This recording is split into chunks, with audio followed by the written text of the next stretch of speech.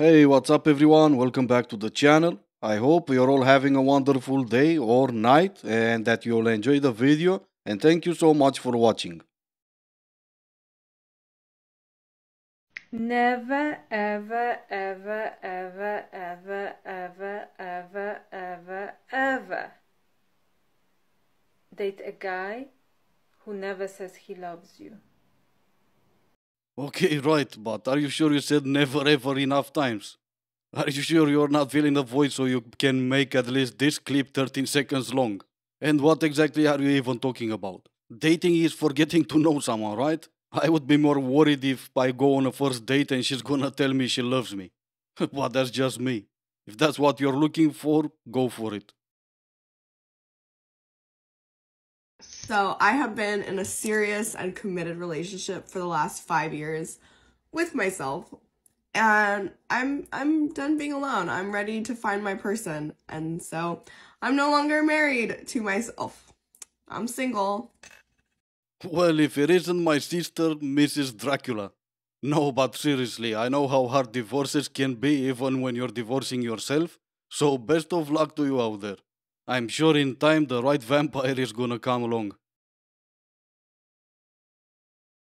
It's not a joke and it's not funny if it's causing someone harm. Just like you can put glitter on a piece of but that doesn't make it a disco ball. So insulting someone and being like, calm down, it's just a joke, that's still an insult. And if you think that hurting someone is funny, well, that's a reflection of you now, isn't it?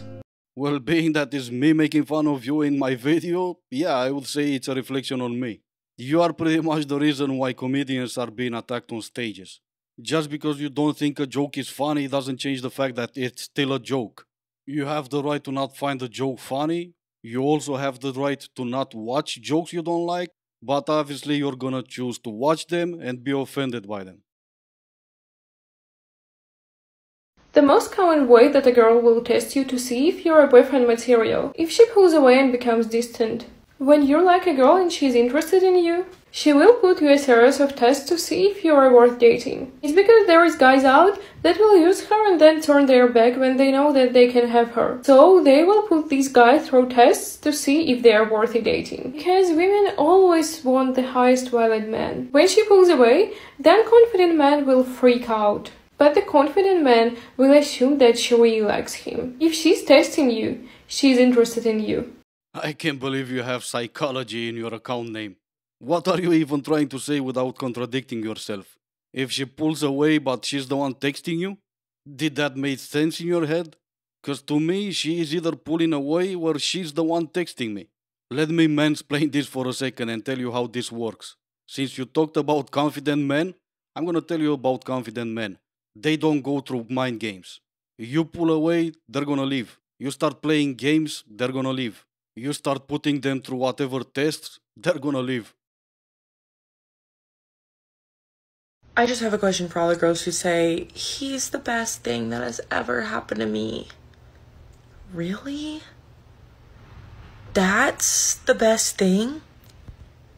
A man? I just love it how your own audience, your own followers turned on you on this one. Let's go through just a few comments. I am a girl, but finding your soulmate is the best thing. Do not underestimate the value of men. If he loves you and helps you grow and makes you happy, he probably is. Why not? When you find a person you want to spend the rest of your life with, someone who would do anything for you, yes, it is the best thing. So I think it's safe to say that didn't work as planned, did it? I need a white girl with a nose ring to tell me what planets are making me sad. The one we live on. Why are we whispering? Are the aliens listening? Nah, princess, this planet is making you sad. The first lady was being sarcastic. And I loved it even more when I realized that you don't have a nose ring, you actually have two. So I've been using Bumble and Hinge a lot lately. Boy, are the pickings slim. I love that those two apps have an option for you to put like your politics in because I mostly exclusively use that to swipe on people. Well, I look at that and then I look at the rest of their profile. So I'm like very far left and it has everything to do with like my moral compass, you know? Oh, yeah, right. Moral compass, far left. Yeah, this should be fun. But let me speed this up because it's way too long. Like, I think human beings are human beings, and CEOs are disgusting, and landlords are just leeches, like things like that. Very simple things that should be easy concepts for people to grasp. And I feel like no men are. At least none of the men that I've talked to on these apps. No, I think you were right the first time. No man. No man is ever gonna call himself normal while being that far full left. First of all, if anyone says that they're apolitical, that means that they don't care about the plight of others, and I refuse to talk to them. They're useless. Moderates are literally just conservatives without a backbone, and conservatives are demons. So they go left also. But this all makes me think about those people that put their political beliefs aside, supposedly, to date people. And I say supposedly because if you say that like you're an activist online and yet you're out here dating like a conservative, you didn't really believe in those things and you were just performing. I don't understand how people can do that. It makes no sense to me. Well, maybe you're just limited. There is nothing wrong with dating people that have different opinions. It only shows that you cannot have a real conversation. That's why you're always looking to surround yourself with people that share the same ideologies, so you can just say yes to each other. I know this may seem like a reach, but whenever I'm swiping on apps, I think about like a future with every single person that I'm swiping on, not because I'm like getting attached to them, but because I don't participate in hookup culture, I'm not into it, I want serious things or like nothing, you know? And what happens in long-term relationships? Kids.